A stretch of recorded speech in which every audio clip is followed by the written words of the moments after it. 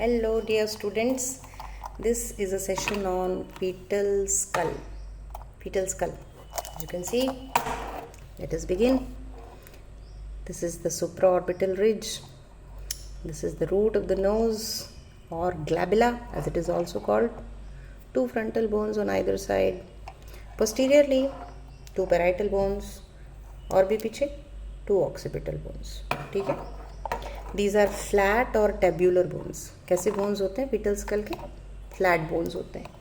ठीक है. और जब ये दोनों bones, ये दोनों तरफ के bones ये बीच में जहाँ मिलते हैं वहाँ पर इनके ऊपर एक membranous layer होती है. एक नॉन ऑसिफाइड membrane के थ्रू ये join up होते हैं. ठीक है ना. और एक जो सूचर्स बनते हैं वो मेम्ब्रेनस ऑसिफिकेशन की वजह से, मेम्ब्रेनस जंक्शन की वजह से बनते हैं. तो ये सूचर बनते हैं. Different type of sutures are there, as you must have already read. तो ये सूचर्स के बारे में आपको बताएंगे. दो फ्रंटल बोन्स के बीच में ये फ्रंटल सूचर होता है. ठीक है. दो पैराइटल बोन्स के बीच में सजाइटल सूचर होता है. ठीक है. दो पैराइटल बोन्स के बीच में सजाइटल सूचर होता है. पैराइटल बोन्स और फ्रंटल बोन्स के बीच में ये कोरोनल सूचर होता है. ठीक है. और पोस्टीरियरली आएंगे तो ये ऑक्सीपुट होता है. ये ऑक्सीपिटल बोन है, ऑक्सीपुट. और दो पैराइटल बोन्स के बीच में यहाँ पे जो सूचर है ये लैम्बडॉइड सूचर होता है. ठीक है. ये सूचर्स हैं फीटल स्कल में, ये सूचर्स हैं. फिर जहाँ पे ये सूचर्स मीट करते हैं वहाँ पे कुछ ऐसा एरिया रहता है, गैप, मेम्ब्रेनस गैप रहता है. और उस मेम्ब्रेनस गैप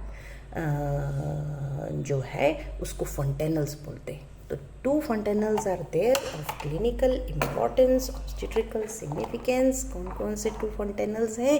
एक एंटीरियर फॉन्टेनल और एक पोस्टीरियर फॉन्टेनल. चलो एंटीरियर फॉन्टेनल आपको दिखा रहे हैं. एंटीरियर फॉन्टेनल ये है. ये किसके बीच में है? आगे दो फ्रंटल बोन्स हैं. तो ये जो सूचर है ये कोरोनल सूचर है. तो यहाँ पे एक ये कोरोनल सूचर, एक ये coronal suture.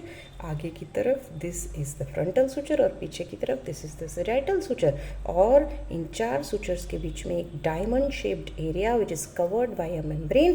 It is the anterior fontanelle which is also known as the bregma. ठीक है.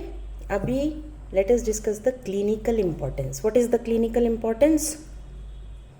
ये काफ़ी बड़ा होता है. इसका जो डायमीटर होता है वो 3 सेंटीमीटर एंटेरो पोस्टीरियरली है, 3 सेंटीमीटर ट्रांसवर्सली है. क्लिनिकल इम्पोर्टेंस ये है कि ये जब foetus is there inside the maternal pelvis और एक जो नॉर्मल पोजीशन होती है वर्टेक्स पोजीशन, उस वर्टेक्स पोजीशन में जब वेल फ्लेक्स्ड हेड होता है, समझ लीजिए कि ये वेल फ्लेक्स्ड हेड है. तो आपकी तरफ अगर फेस कर देते हैं फीटस का तो ये वेल फ्लेक्स्ड हेड है. तो उस वेल फ्लेक्स्ड हेड में जब पर विजाइनल एग्जामिनेशन करेंगे, ये सपोज ये फीटस है और इसका हेड वेल फ्लेक्स्ड है. जब ये वेल फ्लेक्स्ड हेड होगा तो पर विजाइनल एग्जामिनेशन करने पे पोस्टीरियर फॉन्टेनल फील होता है. अगर हेड डिफ्लेक्स हो जाता है तो एंटीरियर फॉन्टेनल भी फील होने लगता है. तो एंटीरियर फॉन्टेनल फील अगर होता है पर विजाइनल एग्जामिनेशन में तो head is deflexed. So degree of flexion of the head through internal examination can be assessed through anterior fontanel. ठीक है.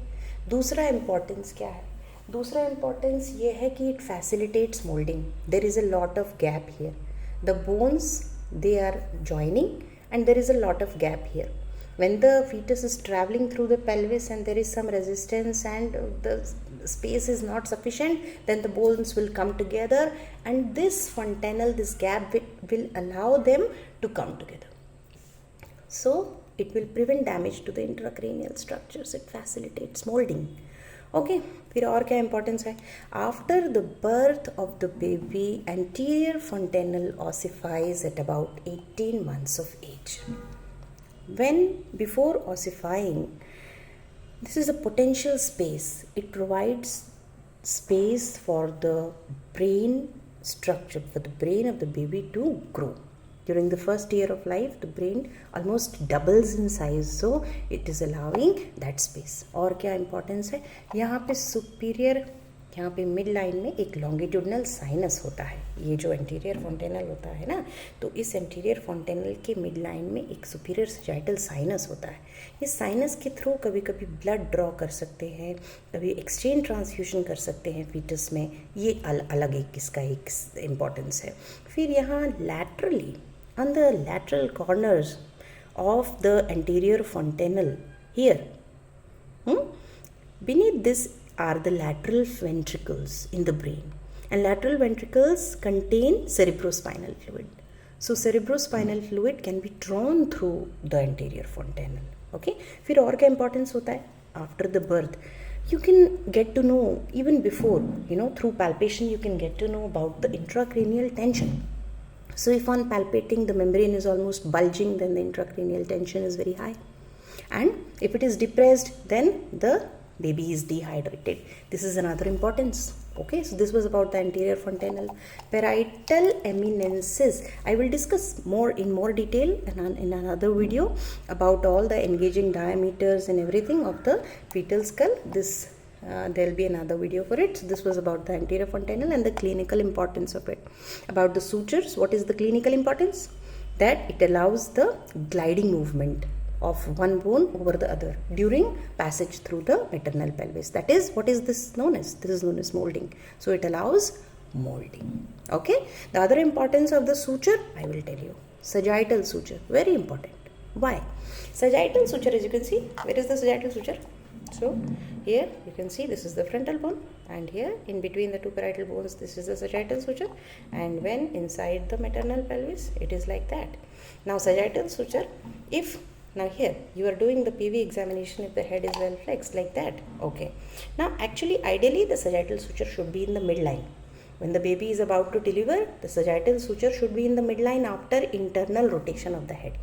When the internal rotation takes place, the sagittal suture should come in the midline. If it is in the midline, the degree of internal rotation you can assess. That is one.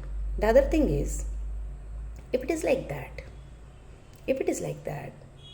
then this is oblique. Here, this position of the fetal head is known as asyncletism. When one parietal bone is at a lower level, the other one is at a higher level, this is asynclitic engagement of the head. What is the clinical importance of asynclitic engagement?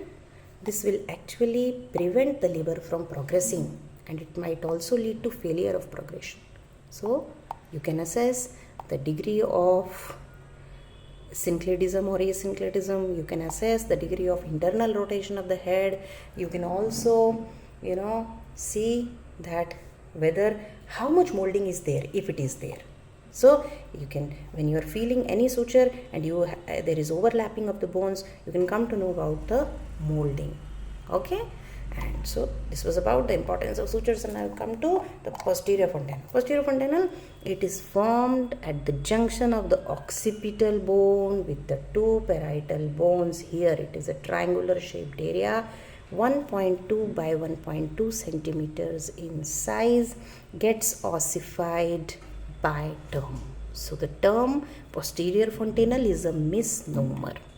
The clinical importance is that you can come to know about the degree of flexion of the head, as I just told you, and you can also come to know about the position of the head with respect to the maternal pelvis and the degree of flexion. If you are straight away you are feeling the posterior fontanel, that is well flexed. Okay, so this was about the fetal skull. The areas of the skull बच गया. Areas of the skull कौन कौन से होते हैं जल्दी से आपको बताएंगे. Vertex, सबसे ज़्यादा इंपॉर्टेंस क्या होता है vertex? Vertex is a quadrangular area. यहाँ पे होता है, ये देखिए, ये जो है ये वर्टेक्स है. वर्टेक्स कहाँ होता है? पीछे लैम्डॉइड सूचर होते हैं, आगे कोरोनल सूचर होते हैं, यहाँ पे ब्रैगमा होता है. ये वाला जो पार्ट है ये वर्टेक्स है. It is formed by the parietal bones. Laterally parietal eminence के नीचे से एक लाइन है, अगर वो आप एक हाइपोथेटिकल लाइन बना दें तो ये वर्टेक्स है. सिंसीपुट, सिंसीपुट क्या होता है? Sinciput is actually form by the frontal bones. यहाँ पे ब्रेगमा पीछे है, कोरोनल सुचर पीछे है, ये वाला पार्ट सिंसिपुट कहलाता है। नीचे आगे क्या होगा, आगे क्या होगा, ये सुप्रा ऑर्बिटल रिजेस होंगे और ये क्या है, रूट ऑफ द नोज होगा। तो ये वाला पार्ट जो है ये बोलेंगे, इसको बोलेंगे ये है sinciput. Okay, this is the sinciput, this is the vertex. Occiput क्या होता है, it is form by the occipital bone. ठीक है, तो ये फीटल स्कल के बारे में बेसिक नॉलेज। ओके।